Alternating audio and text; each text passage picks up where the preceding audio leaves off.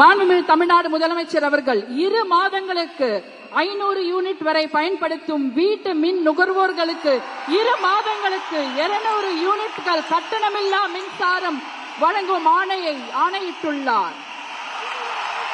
தமிழ்நாட்டில் போதைப் பொருட்கள் தொடர்பான குற்றங்களை கண்டுபிடித்து கடுமையான நடவடிக்கைகளை எடுக்கும் பொருட்டு அனைத்து மாநகரம் மற்றும் மாவட்டங்களில் போதைப் பொருட்கள் தடுப்பு படை அலகுகளை உருவாக்குவதை குறித்து ஆணையிட்டுள்ளார்